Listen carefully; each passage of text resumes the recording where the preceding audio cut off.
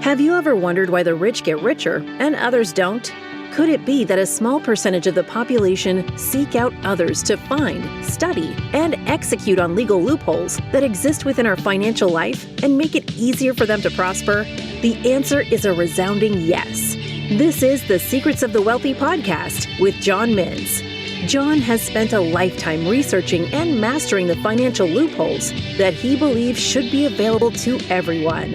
Join us as we explore different strategies that help you get farther faster towards building and enjoying a prosperous retirement.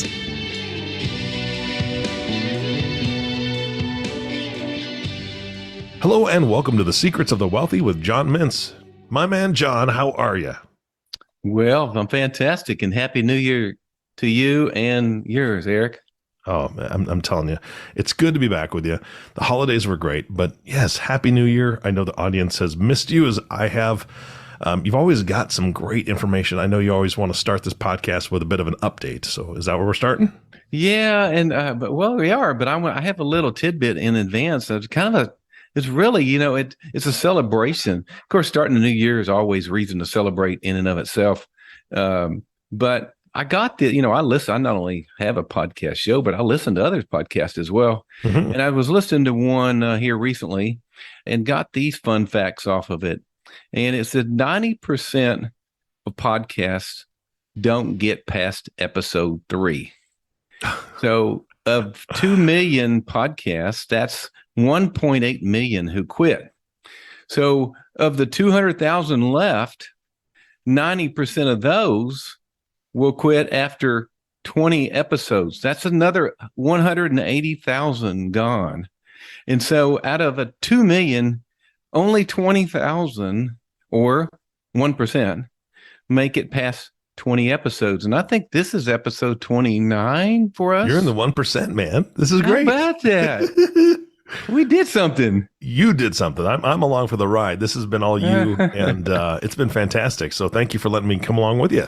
Yeah, it's fun, and obviously I think we hit our rhythm a little bit, and I don't think we're going to be stopping anytime soon. So maybe we'll be a 0.5% someday. Who knows? All right, sounds good to me. Let's talk about the markets for a second. Okay.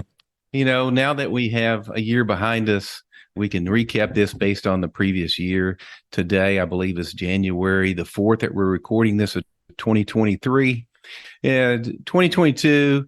The S&P was down a little less than 20% for the year. The Dow was down a little less than 10%, and the NASDAQ, I think, was a little over 30% pullback. Yeah, pretty hefty. But when I do the analysis of that year, what I found most interesting was that there were 7 market rallies in the S&P over the past year, averaging 9% up. But clearly, we didn't gain 63%, or 7 times 9 is 63. Clearly, we didn't gain 63%. So I tell folks this so that they understand that there's going to be a lot of rallies along the way that look like we're out of the clear, but we're not. There's an old saying, "Don't fight the Fed." There's or fundamentals for all that matters. And I'll talk further about what that means here in a minute. Talk about inflation for a minute. I did some research on this before our show today. And in May of 2020, inflation was 0.3%. 0.3. 0.3. Mm-hmm. Wow.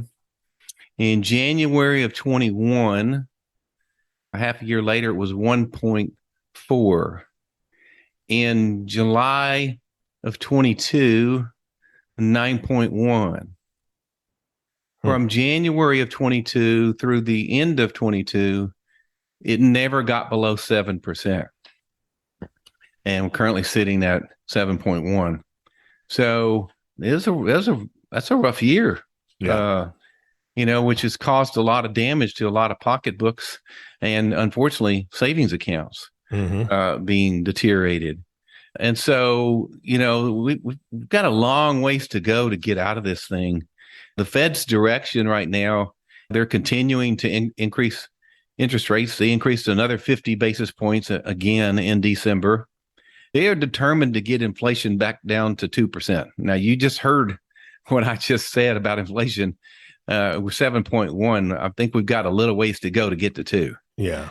And so I expect another increase, maybe another 50 at the next meeting, and then maybe another 25 after that. And then I think, they may push pause for a while after that, but they're not going to be coming back down until they are certain that they've got their arms around this inflation. So, but that's not the bad part, because the markets have already priced in inflation. And that's why we've seen this pullback last year. The part that worries me is I don't think they've priced in fundamentals and the negative corporate earnings that are coming as a result of these interest rate increases. And so I'm expecting first and second quarter earnings reports to be really ugly.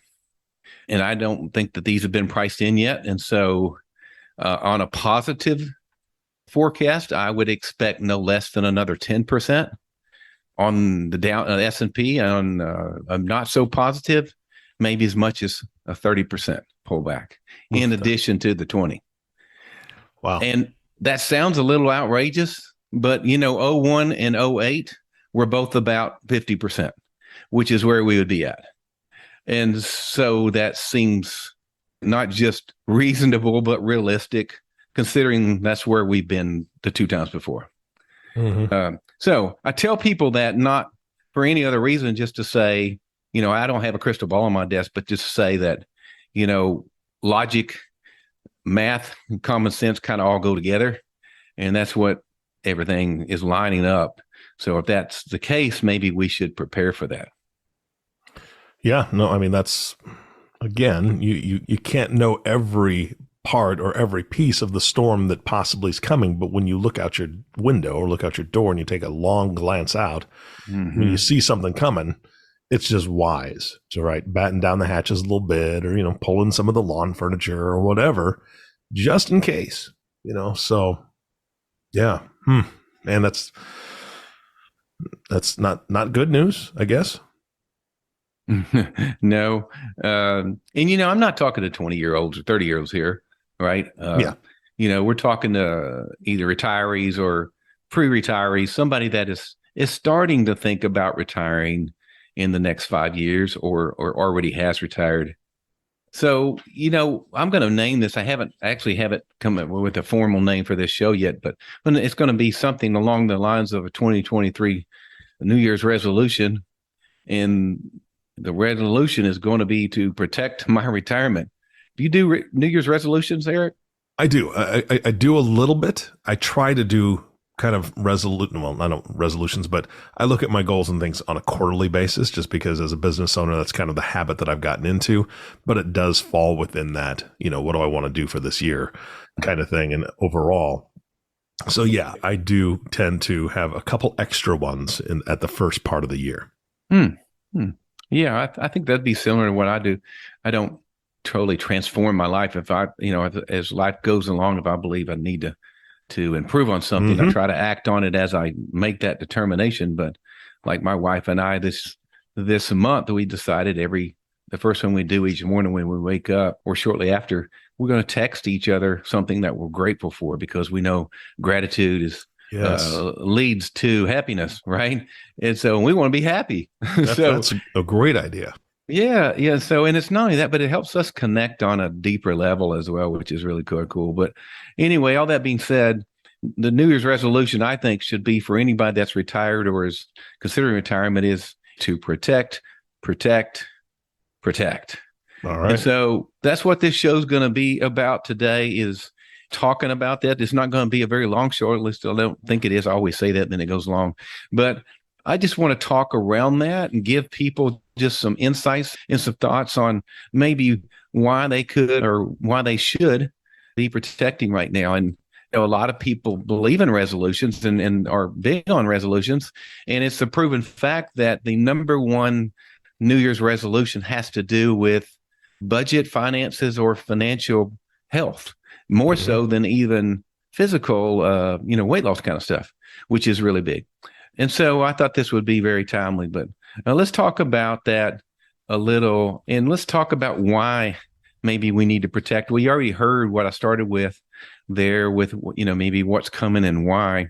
But I see a lot of people, too many people, that are overexposed to market loss. And what I mean by that is, there's this old rule of 100 in my industry that basically says you take the number 100 and you subtract your age. So let's just say that you're 60. I'm 59. I'll be 60 this year. So let's just say that I'm 60. If I take the rule of 100 and I subtract that age, well, whatever is left, which would be 40, you should not have more than that exposed to market loss. That's the general rule of thumb.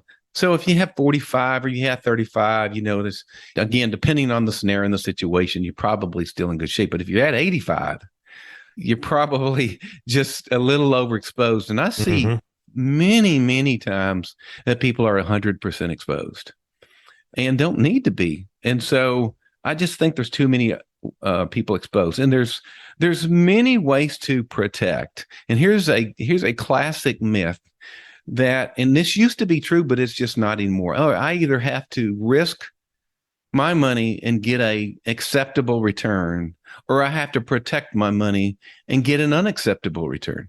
And it's just not true anymore. In fact, it's far, far, far from the truth.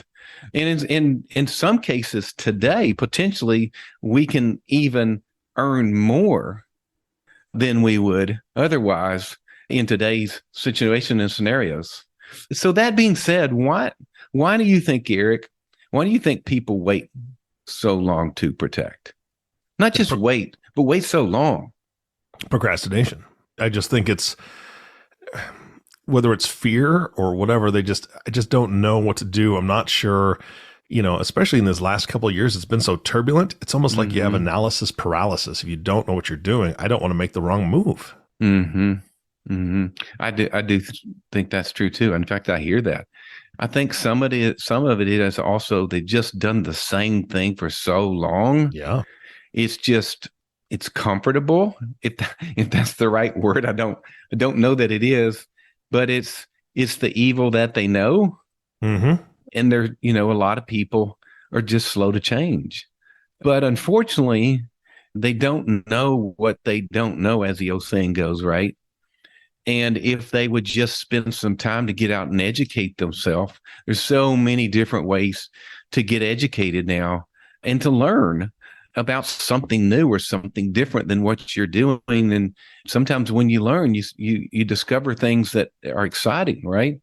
But I think that's some of the problems. Let me give the listeners some examples. All right. So here's just a couple examples, really, really basic examples. So I think everybody, for the most part, knows what U.S. Treasuries are. Okay.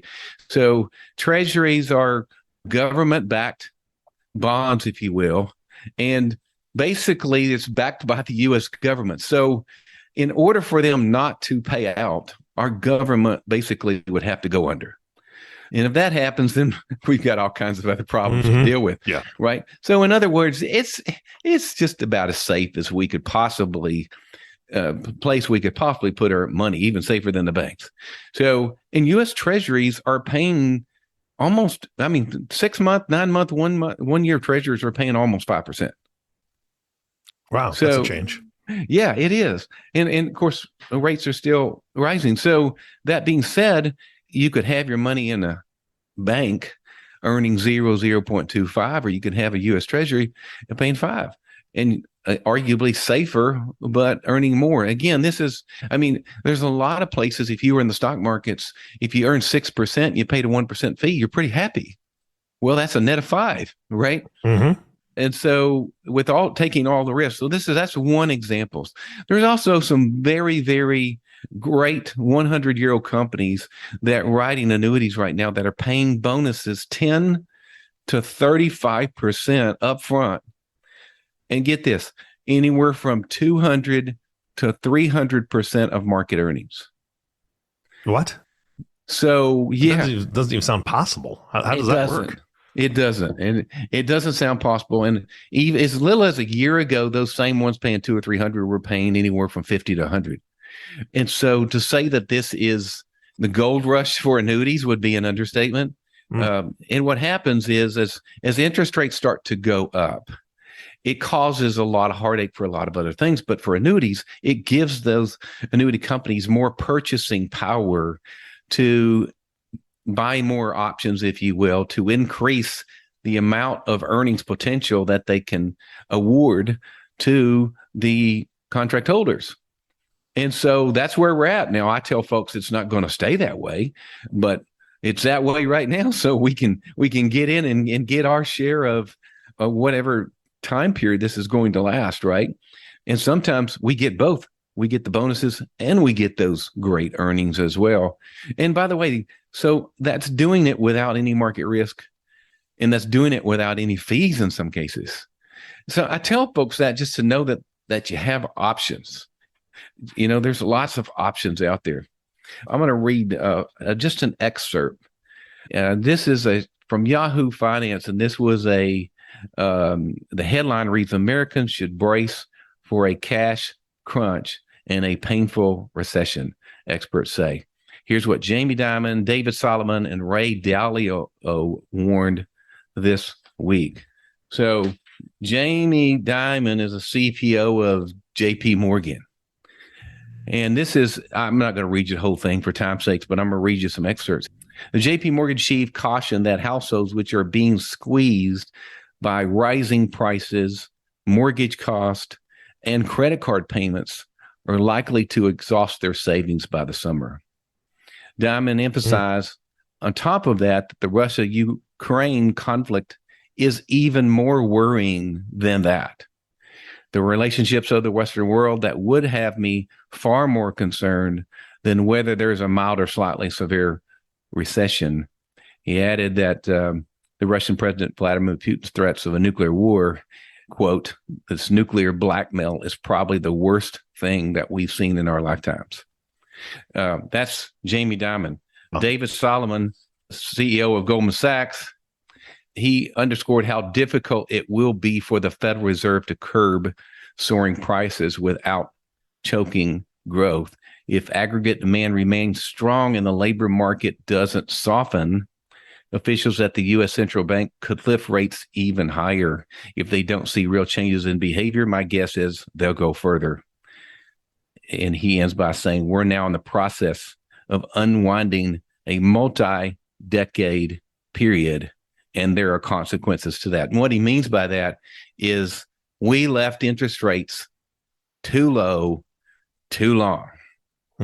A decade. I mean, they were just, zero is kind of too low.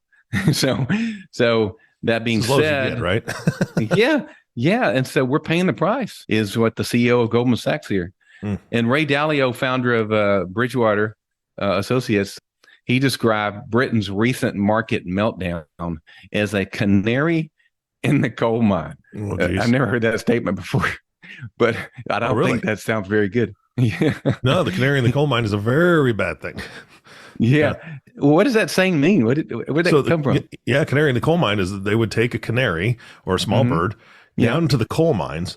And when there was any toxic gas or lack of oxygen, the bird would die first. So if you look over and the bird's dead, run. Oh, Lord. You got to that's go. not good. No, That's okay. Well, on that note, he expects other countries to try fighting inflation with higher rates, basically comparing us to Britain, while also shoring up growth through debt-funded spending. Sounds familiar, doesn't it? However, the UK's experience shows that approach can spook investors, spark liquidity and leverage issues, and spur emergency interventions from central banks. So basically, and his final comment was, the dominoes are falling in a very classic way.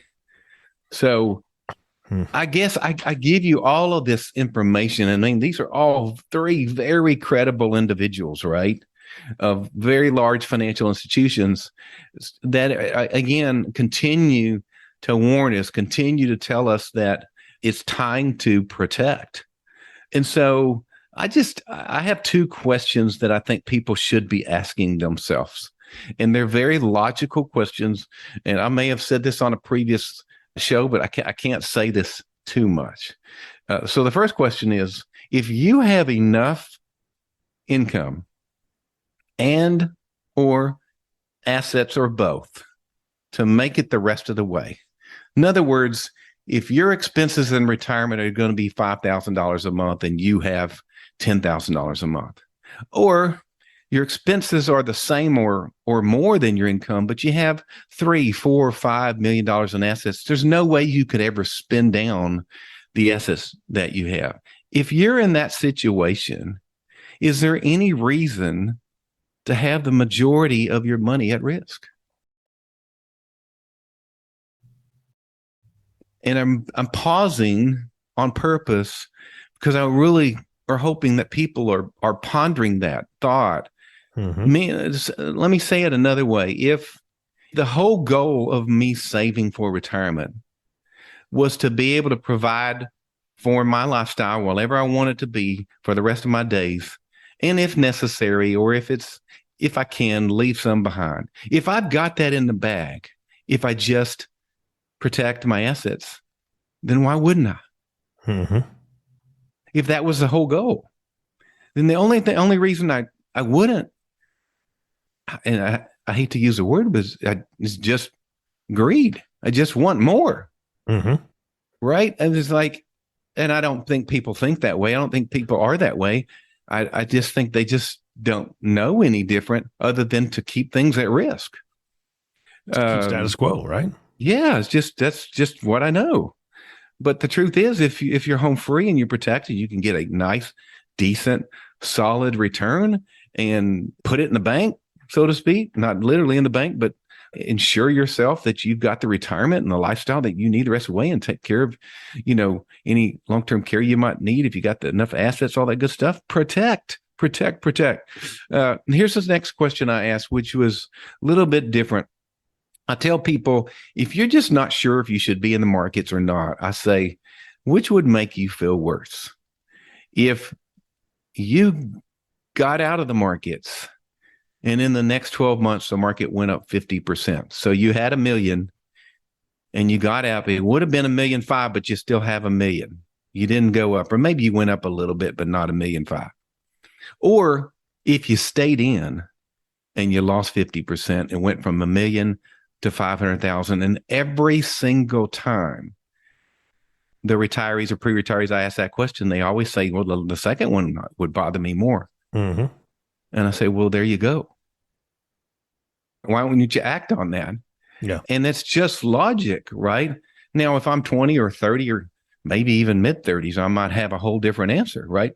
So I think your answers to those questions tell you exactly what you should do. And I implore people, I'm encouraging people, I'm begging people at a certain extent, whoever they work with, just to start taking action and get some protection. They deserve it. They absolutely deserve, after 40 years of blood, sweat, and tears, to not squander all that they've worked so hard for, right? Yeah.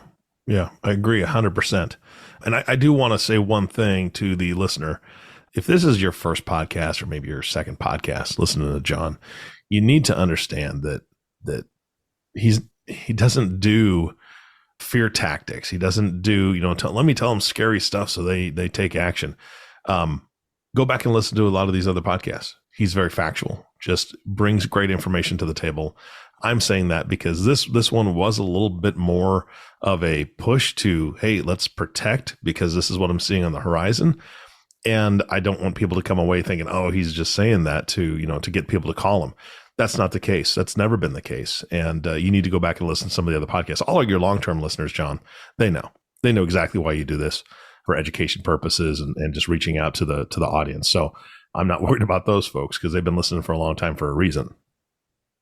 Yeah, that's a really good point you make, Eric. And I somehow I'm so passionate about what I do, I forget that not everybody knows me the way that you do and others do. But if the listeners today, if this is your first time, if you go back and listen to my February podcast of last year, a year ago, listen to that podcast and listen to what we talked about was coming. And I think, and again, I don't have a crystal ball on my desk, but pretty much what we said was going to happen happened. Yeah. And so all I'm saying is what I'm seeing happening, and letting you know that you do have options to protect from the storm that is here and is continuing. So thank you, Eric. I appreciate those words. No, I just think that that's important to convey to the audience. And then the next most important thing to convey to the audience is, how do they get a hold of you? Because for those that are new to the podcast, maybe they are working with an advisor that's not talking to them about this, or they're not working with an advisor yet. And they really do need to not just stay the status quo with what they know. They do need to make some changes. So how do they get a hold of you? Yeah, you can reach out to us. Our direct number is 817-225-6260. We have a staff on hand that answers the phone during normal business hours every single time. And we'd love to be of value and give folks any education they may want or need. Fantastic. John, thank you again so much for everything that you do for me and the audience. It's my pleasure. Thank you, Eric. You bet. And our last thank you will always go to you, the listening audience. Thank you so much for tuning in and listening to the Secrets of the Wealthy podcast with John Mintz. If you have not subscribed to the podcast yet, please click the subscribe now button below.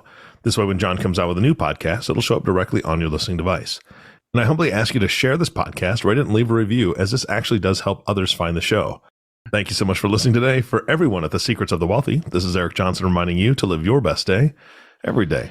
And we'll see you next time.